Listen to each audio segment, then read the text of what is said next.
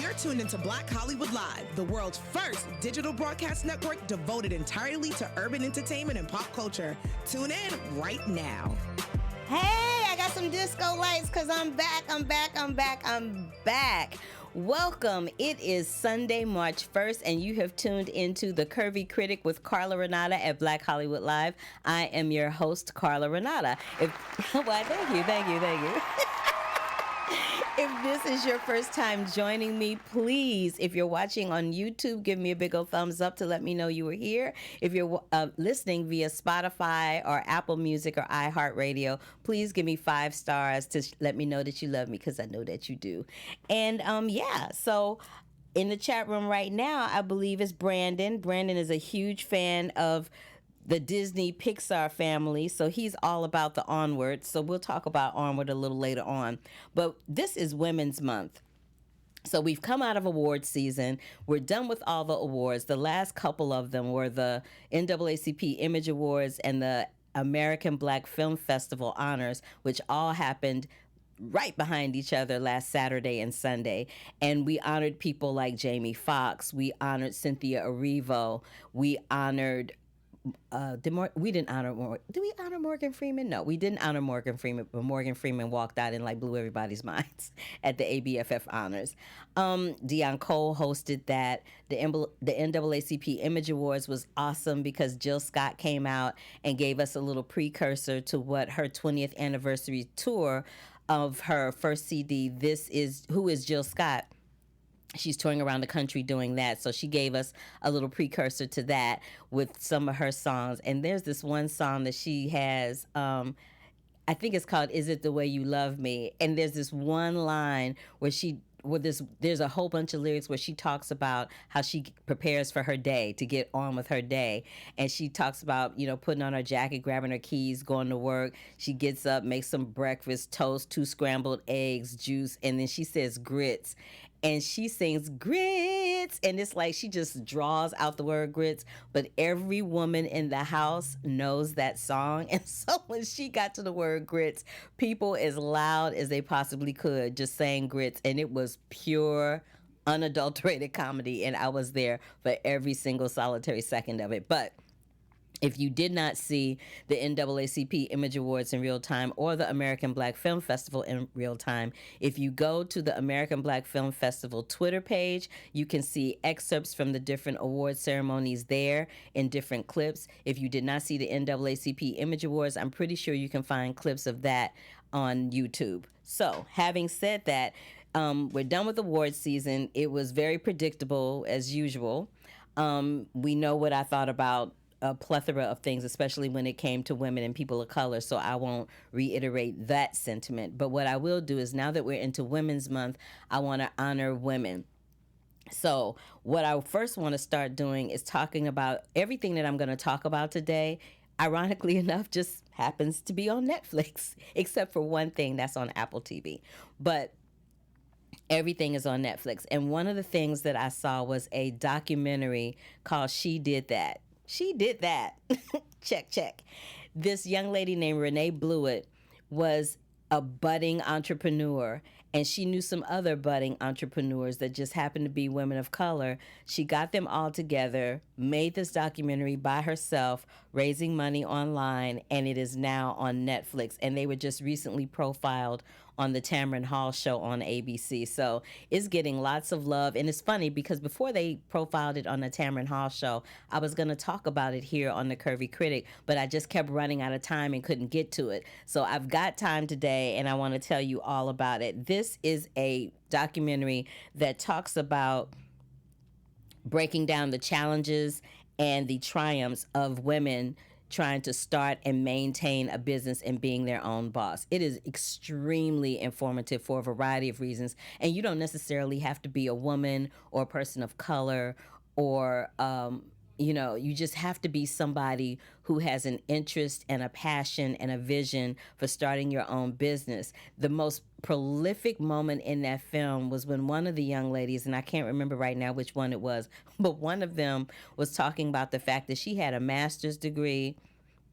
She had gone out on her lunch break on this job that she was at. She'd gone out on this lunch break and had this fabulous meeting with Russell Simmons and came back to her job, and her boss wanted her to make copies. And she was like, you know what? I have a master's degree. I just had a meeting with Russell Simmons about a project that I want to do. I'm done. And she quit. And that is the biggest message, I think, with that documentary is the fact that when you are fed up with crawling up under somebody else's feet, having them put their foot on your neck when you're trying to make your own way in the world from a business standpoint, you do one of two things. You either clamp your jaws down and you continue to, be a sheep and follow the masses and not say anything, or you strike out on your own by any means necessary and just take whatever hits you have coming. And just to speak to that briefly, in starting the Curvy Critic with Carla Renata, I was hit with a lot of obstacles in the process of starting this. I really was. But I was passionate about it. I was adamant about it.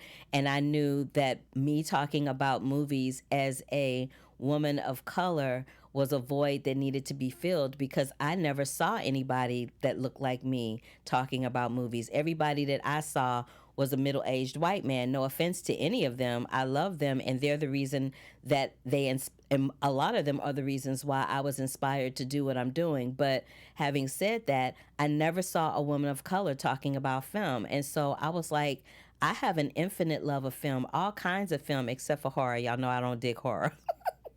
But I have an infinite love of film. And so I was like, let me just see what happens. Let me just start this thing and see what happens. And me doing the Curvy Critic has taken me to some of the biggest film festivals in the world.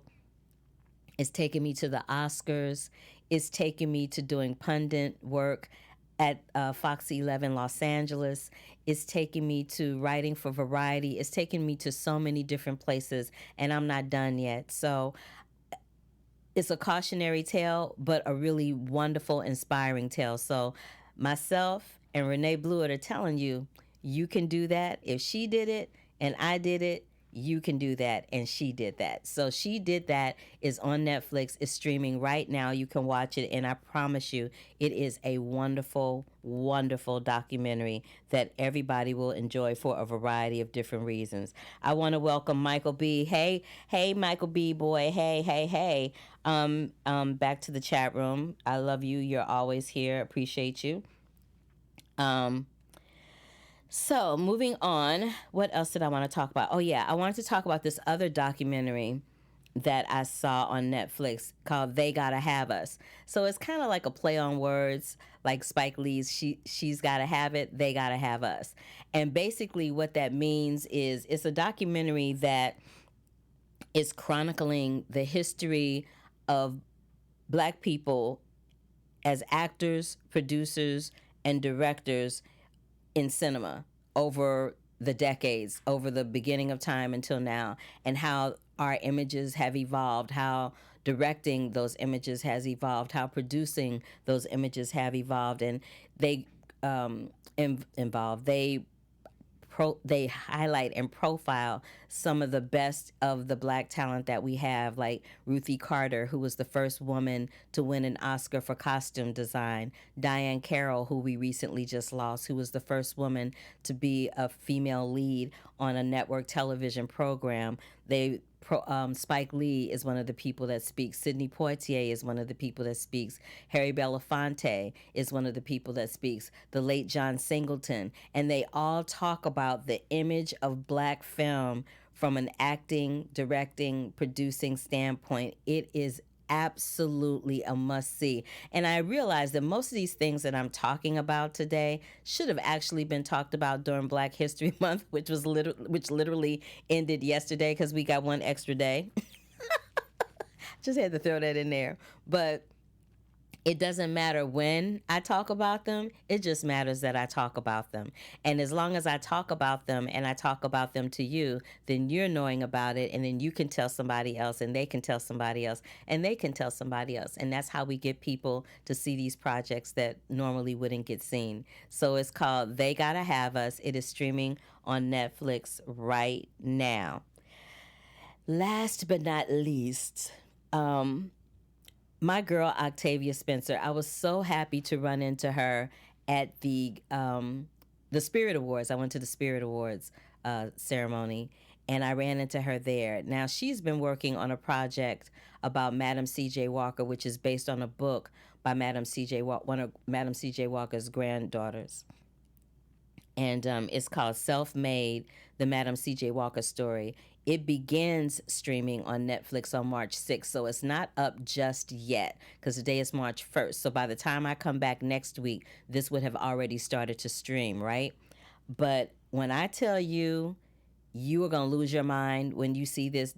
It's a 4-part mini series. It's not a documentary. It's a 4-part scripted series that stars Octavia and Blair Underwood in the title roles. And what you may or may not know about Madam C.J. Walker, whenever people talk about her, they talk about her from, oh, she was the woman that came up with the products to help black women straighten their hair. Yes, that's true. But in developing and making those products, Madam C.J. Walker became the first self-made millionaire, male or female, of any race in America.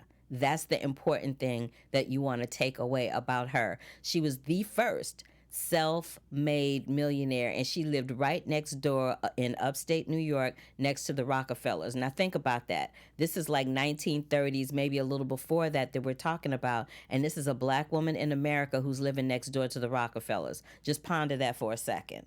But that's who she was, and she made it by any means necessary. Her marriage struggled as a result of it. She was desperate to have her daughter be passionate about the business the way that she was, but it took her daughter a minute. She eventually got there, but it took her daughter a minute. But we learned some things about Madam C.J. Walker that you're not going to find on any other TV series anywhere, and it's because it's written from a very personal point of view. Aaliyah Bundles was her granddaughter, great-great-granddaughter, I believe, and she wrote a book, and this series is scripted and based on factual information in that book. And side note, my great-great-grandmother actually studied under Madam C.J. Walker. She was a beautician in St. Louis, Missouri, and she studied under Madam C.J. Walker and was selling her products and everything. But I know, right? Little known fact. I'm full of so many facts these days. But Tiffany Haddish plays Octavia's daughter. Octavia's in the title role, like I said. I was so excited to see this, and I found out about it, and as a critic, we get to watch stuff early sometimes, and so I was elated that I got to watch this one early, and I literally was really late trying to get somewhere one day because I sat down to watch it and I just couldn't stop watching it. I saw the first one, and then I had to sit and watch the second one, and then I had to watch the third one, and then I had to watch the fourth one, and I just was like, oh my God, I just have to watch the whole thing. I was so excited about it that I reached out to Octavian and was like, oh my God, this is everything. It's amazing. Congratulations. I can't wait for people to see it. So again, it's called Self-Made: The Madam C.J. Walker Story. It will stream on Netflix on March 6th. So I remember a little while ago, I think when the AFI Film Festival was happening, I was talking about a film called The Banker. And The Banker was a film that starred Samuel L. Jackson and Anthony Mackie and Nia Long. And it was a movie that was adapted from a true story. And this is what I want to say about that. So there's a lot of true stories that are adapted for the screen that are historically based. We had Oliver Stone's JFK. We had Norman Jewison's The Hurricane. And that one actually drew criticism for mixing fact with fiction. Because, when the people that the subjects are about have relatives that are still living, they don't like history being rewritten and retold in a way that's not factual. It's offensive and is frankly a little disrespectful from my perspective. And then we had a couple of years ago, we had a multitude of complaints over Green Book, which was produced by Universal Pictures. That was supposed to be a fact-based film centered on the life and relationship of black concert pianist Donald Shirley and his chauffeur in mid-century America. And although the Shirley family considered the portrayal that Universal Universal backed the film through awards campaign season, and it eventually won the Oscar for Best Picture. But having said that, we always find that when somebody adapts a real life person's story into a feature film, there's always going to be somebody or something that happens that draws criticism. So I'm prefacing that to say that when The Banker was supposed to premiere at the AFI Film Festival in 2019, it was set in the prestigious position of being the premiere film at the AFI Film Festival of 2019. And then a couple of days before, it was snatched. And it was snatched because Cynthia Garrett, who is the daughter of the film's protagonist, Bernard Garrett, accused Bernard Garrett Jr., one of the film's producers, and her half-brother of sexual abuse.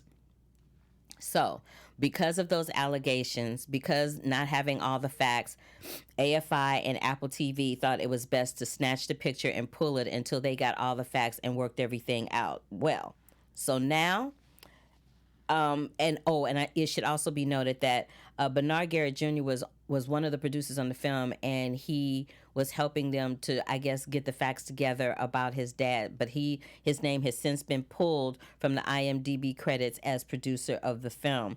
And this film deals with these two African American men in Los Angeles in the 1950s. They hire a white man to pose as the head of their company while they posed as janitors and chauffeurs and ran a real estate business. They owned quite a bit of real estate in the city of Los Angeles, including banks. And then, of course, with anything like that where you're making lots of money, folks start getting comfortable, they start getting greedy, and that's when they start making mistakes, and they get called out and caught. So that's what happens. But this movie was a great movie. I was lucky enough to be able to see it right before they snatched it and was doing whatever they did. I think I was in one of the first screenings of it that they had. But I'm happy to report that they're finally going to release the film on March 6th. Now, I'm not sure if it's still going to be on Apple TV or if they switched it to Netflix, because this week there was some talk about them doing one or the other. I'm not sure which one it's going to end up being on, but I do know that it is going to be released on March 6th. So yeah, that's gonna happen. So things to watch out for. She did that, and the They Gotta Have Us documentaries on Netflix. Self-Made, the Madam C.J. Walker on Netflix. And I need for you to watch out for The Banker, which is either gonna be on Netflix or Apple TV on March 6th. So there's that. Got some news for y'all. A lot of news, so get ready for it. We're gonna do the Curvy Critic news section. All right, so big news this week. Harvey Weinstein, who was accused of major sexual crimes, allegedly, he had a trial that lasted for a few weeks, and he was put up for 6 counts. I think 6 counts of rape is what it was. He was found guilty on 2 out of the 6 counts and was sent to Rikers Island. So this was seen as a huge victory in the hashtag Me Too movement, because a lot of women came out against Harvey Weinstein, saying that he basically had ruined their careers because they wouldn't sleep with him or they wouldn't give in to his sexual advances. And this sends a big, bold message between the imprisonment of him and the imprisonment of Bill Cosby. This sends a big, bold message to men in Hollywood with those types of shenanigans, that it is no longer going to be tolerated and you will have to be held accountable for your actions. So again, Harvey Weinstein was found guilty on 2 out of the 6 counts, sent to Rikers Island this past week, having been found guilty. Now, when I was a college student at Howard University, there was a huge story that played in the Washington Post. It was written by a journalist there called Janet Cook. She was a writer for the Washington Post. Her name was Janet Cook, and she wrote this story called Jimmy's World, and it was about this young man who was kind of down and out and was really struggling, and you read the story and you just felt so much empathy for him. Well, the world felt empathy for him, and it resulted in her winning a Pulitzer Prize, until it was found out that she lied and made the whole story up. So not only did she lose her job at the Washington Post, she became extremely discredited as a journalist. and had her Pulitzer Prize snatched from her, which was really unfortunate because Janet was a woman of color. Women of color didn't get those types of honors that often, and it was really disconcerting and disappointing that that happened to her. But what's about to go down is Janet Mock and Ryan Murphy, who are responsible for Pose on FX. They are teaming up to bring Janet Cook's story to life on Netflix. I know I'm talking a lot about Netflix today, but the film is simply going to be called Janet, so be on the lookout for that.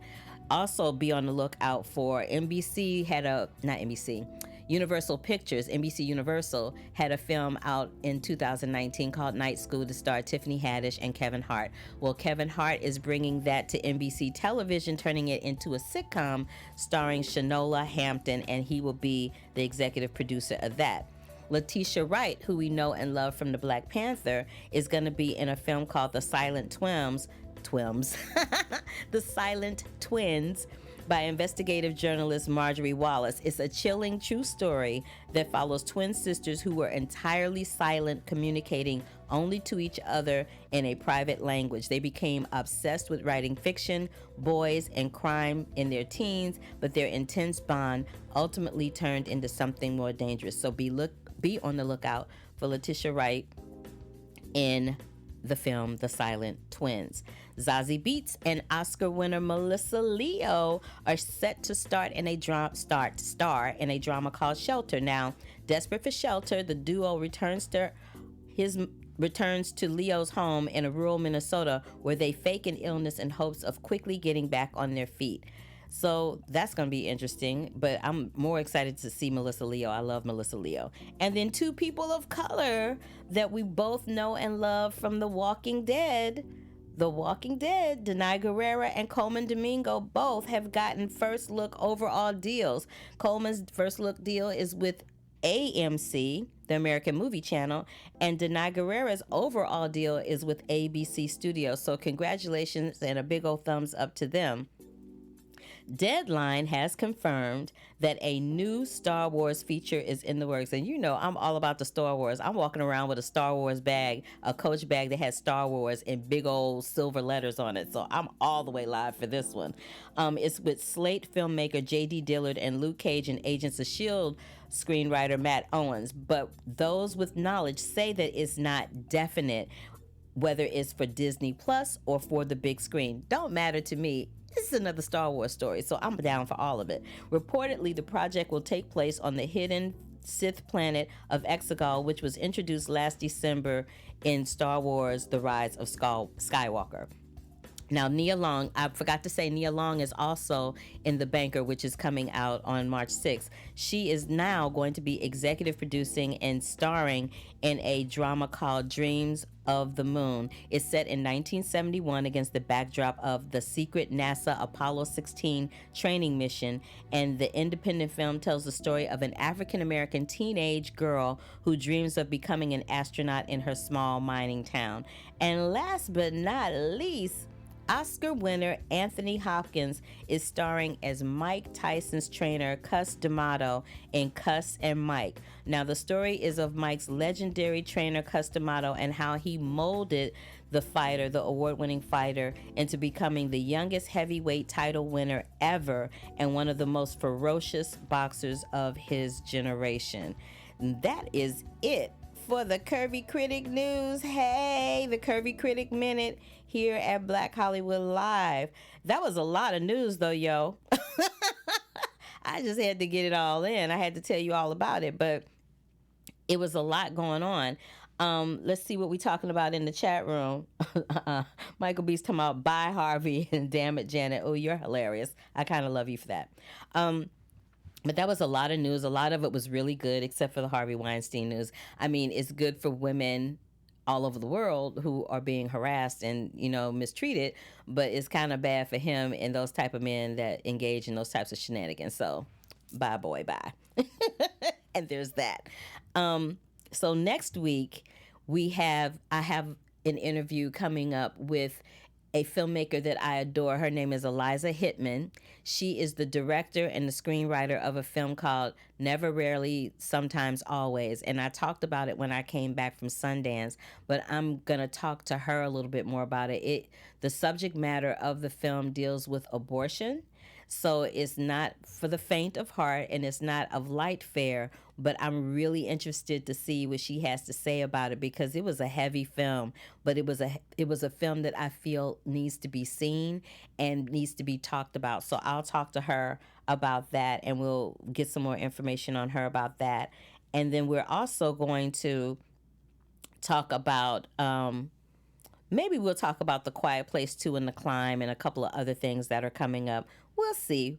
There's some things coming up. This is a slow time of the year film-wise. You know, everybody gears up all year long for the Oscars, the Oscars, the Oscars. And then the Oscars happen. And then you're like, okay, now what? And then a whole bunch of films come out that you're like, but do I really want to see that? I don't know if I want to see that. And you know, stuff like that.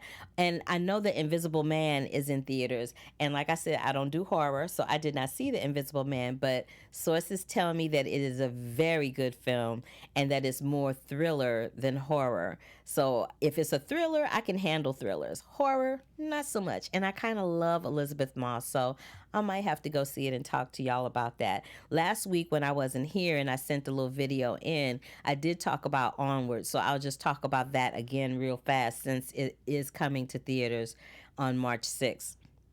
So Onward is kind of like, I was talking to my producer Josh about it before we went live, and it's kind of like Frozen with bros, so it's like Brosen. I want to call Onward Brosen, and it was really good. The color of it was just really gorgeous. If anybody deserves to be an animated character, it's Chris Pratt and Octavia Spencer. I'm talking about Octavia again today. They are just wonderful in these roles that they play, and the story is really wonderful. And you know, it's about time that the guys had. I mean, you know, the little girls have Anna and Elsa, and now you know the little boys are gonna have these two kids in Onward, and Julia Louis-Dreyfus plays the mom. And this is what I really loved more than anything. You know, I'm always about the body image situation, so I love the fact that Julia Louis-Dreyfus's character, animated character as the mom, she had a mom body. She didn't have this like unattainable waist. She had hips and a booty and some thighs, and she had, some girth to her.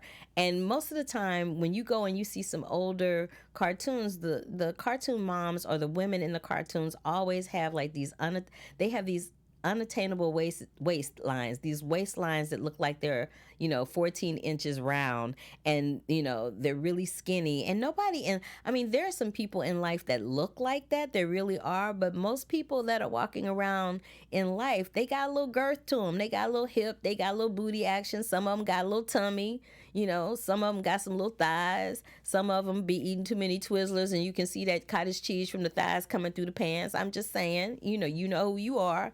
I was one of them at one point too, so I'm not judging, I just know what it's like. But it's nice to see somebody that looks closer to what you see as a human being walking down the street every day reflected in cinema, and especially in animated cinema. So I was there for all of that. It was really great. So that's coming out Onward, and it's a Pixar Disney movie, so it's an association with Pixar and Disney. Oh, I buried the lead. So in light, well, not in light, on the subject of Disney and Pixar, I almost forgot to mention that Bob Iger stepped down as the Disney CEO this week, which I don't think anybody saw that coming.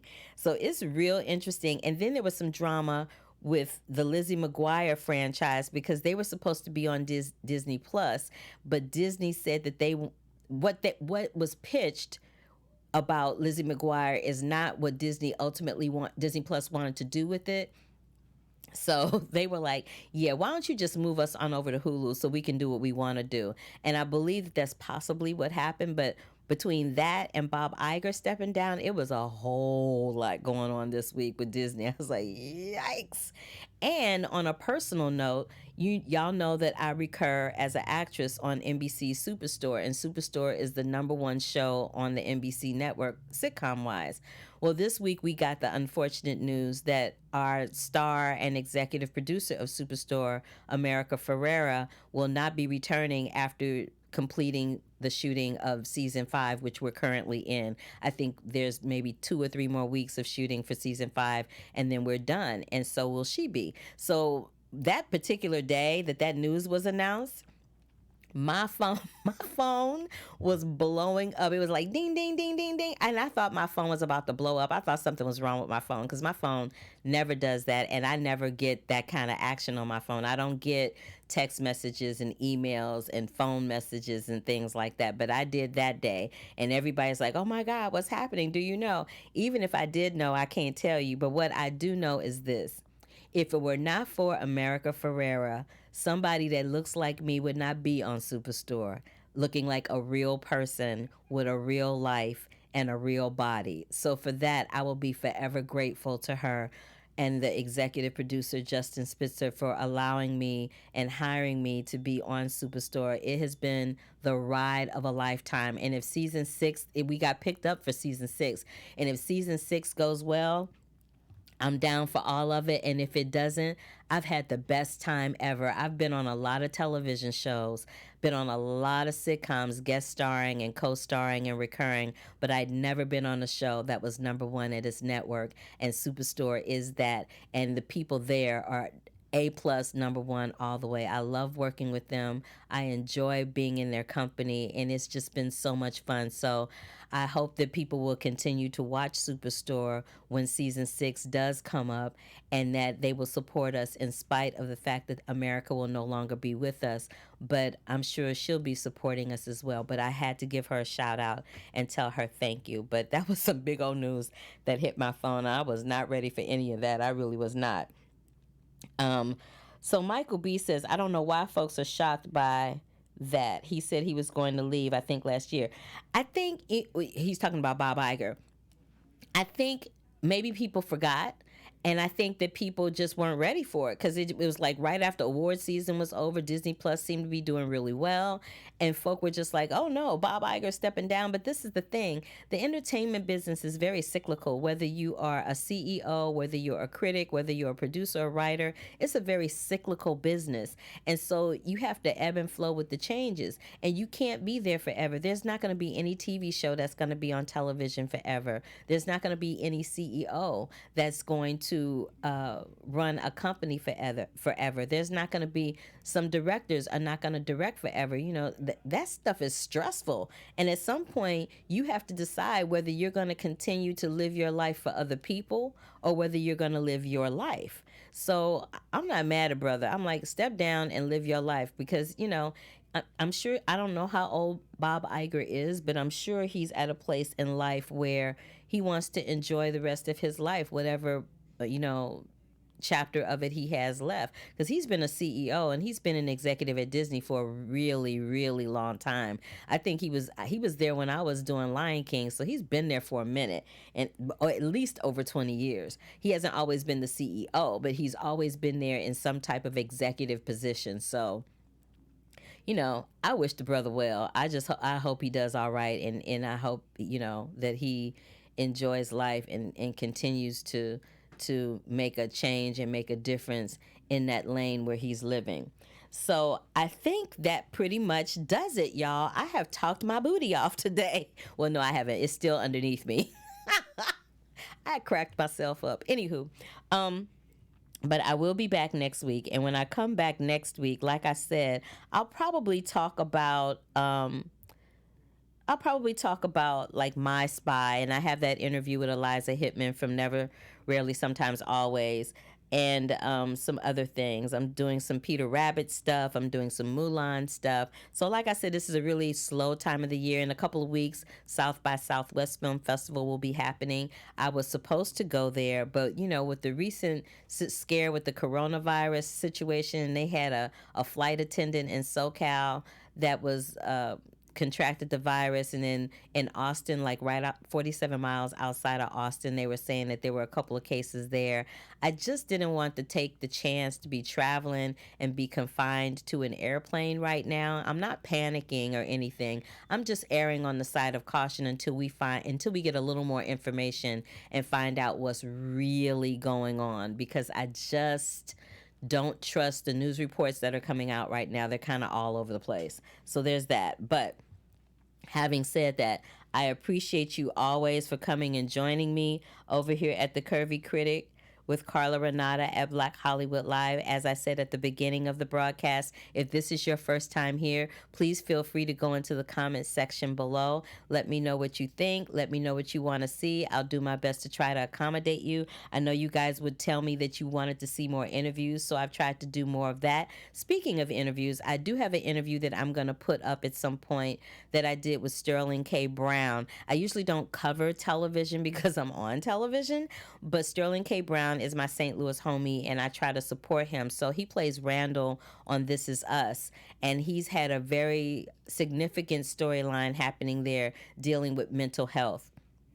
And mental health is a big, huge conversation that very often does not happen in the African American community. There's a big stigma associated with that in the African American community. So I talked to him in a roundtable situation with some other journalists about that. We talked about the whole red carpet situation, how, we always get dissed on the red carpet when you Black, and it's just like a whole situation that keeps happening. We keep talking about it, we keep complaining about it, but nothing keeps happening, which is a little disconcerting in itself.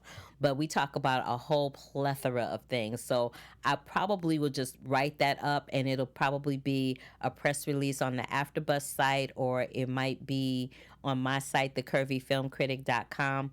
I'm looking at the material now to see how I want to play that. And then I also wanted to let you guys know, I think last year I shared that I was part of a cast of a show that Focus Features does called You Know That Scene. So basically, they pick a lot of titles from some Universal Picture films, and they throw a theme around it, and then we talk about the films. So I have been asked to be part of the third season cast. So when those episodes start coming up, they usually air on YouTube and on Facebook on the Focus Features page. So when those episodes go up, I'll be sure to share those with you as well. Please give me a big old thumbs up again to let me know you were here. Give me 5 stars if you're listening on Spotify, iTunes, Apple Music, or iHeartRadio. And I really enjoy you guys. I really appreciate you being here. I know, Brandon, I know you can't wait for Onward. I can't wait for you to see it too. You're gonna love it, I promise. Michael B. Carla, would you be interested in doing a Black version of the Hollywood Round Table? The Hollywood Round Table or the Hollywood Red Table Talk? I don't know. Probably. So, I'm doing so many things. I probably just don't have the time. I would be interested. Let me put it this way. I would be interested, but I honestly just don't have the time for it. My time is kind of all over the place.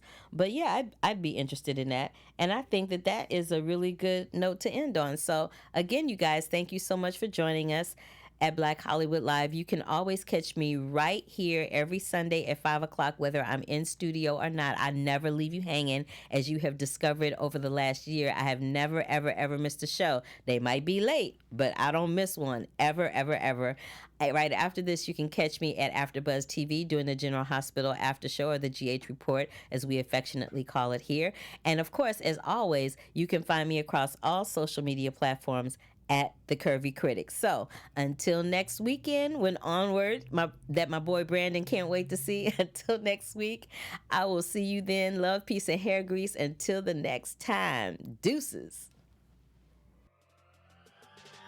On behalf of our BHL staff, we would like to thank you for tuning in to Black Hollywood Live, the world's first digital broadcast network devoted entirely to urban entertainment and pop culture. Check out our Black Hollywood Live YouTube page for even more great programming and amazing content. And be sure to subscribe and like our channel when you do. I'm your BHL host, Nakia Monet, and you can find me on all social media at Kiki Boom Boom or at Black Hollywood Live. Black Hollywood Live, Hollywood redefined.